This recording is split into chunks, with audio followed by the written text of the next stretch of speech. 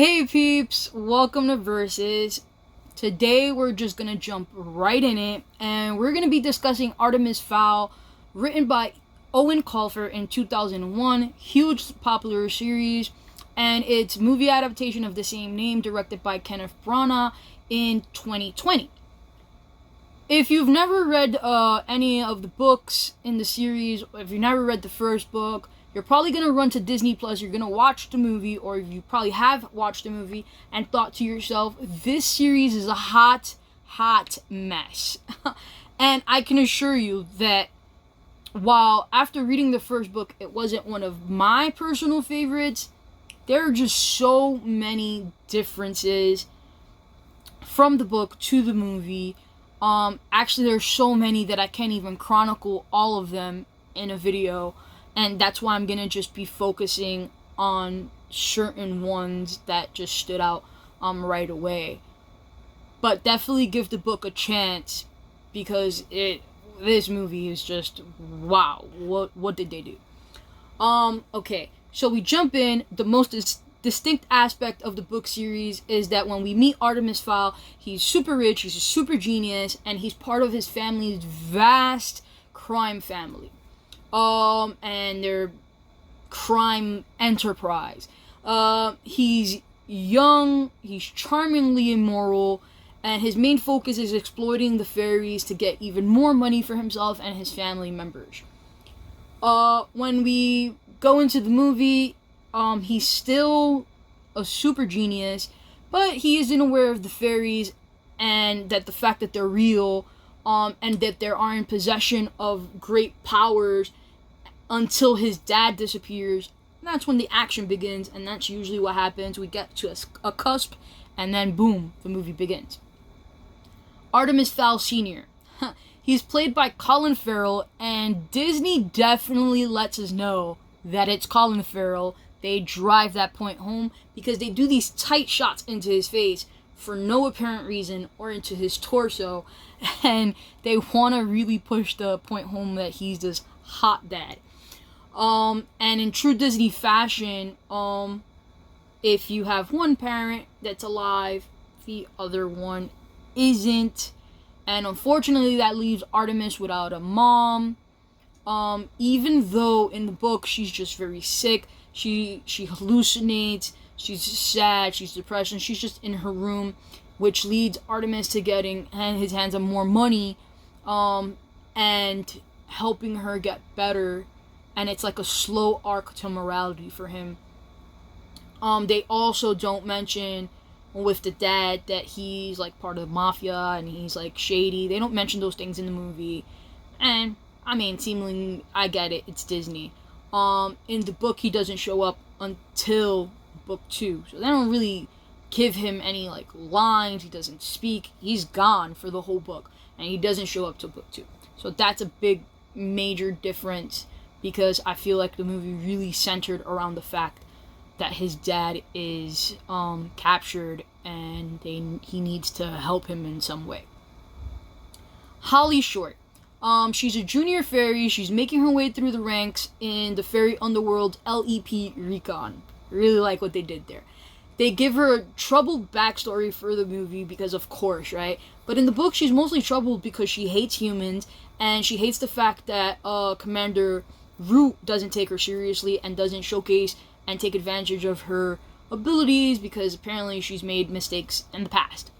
Commander Root, while being male in the book, in the movie he's played by Judi Dench, which I think does a good job.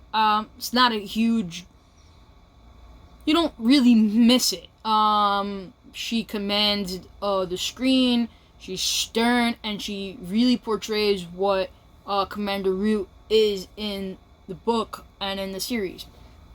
The movie also gives Artemis a child friend, because, you know, if you have one child on the screen, you need another one. In the book, his only friend is Butler, who's not really a butler. He's actually a really highly skilled martial artist who's there to protect Artemis from any foul. See what I did there?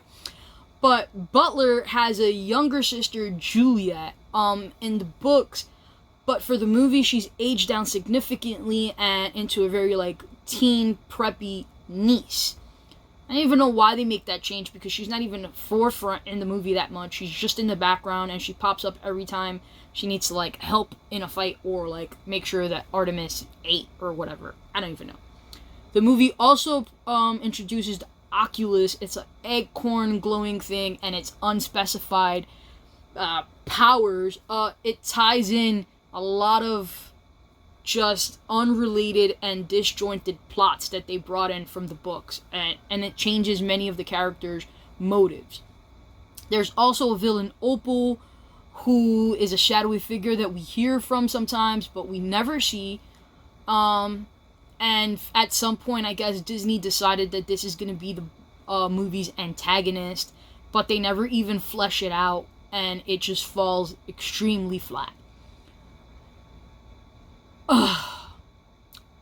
In short, it's simply a mess. The similarities are just names and some plot, but honestly, it just feels like it was somebody rewrote something completely different for the movie.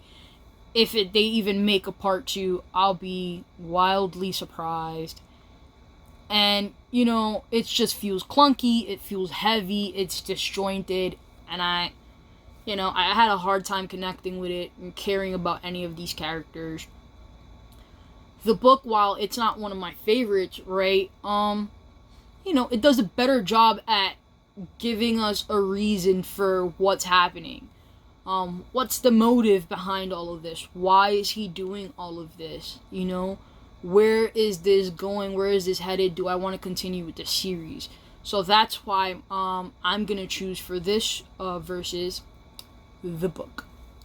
Simply because it gives you a little bit more. Again, it's not one of my favorites, but, let me know in the comments if you've ever read the book or if you've read the rest of the series, and if I should even continue. Like, let me know. Yeah, it gets better, because right now I'm kind of like on the fence.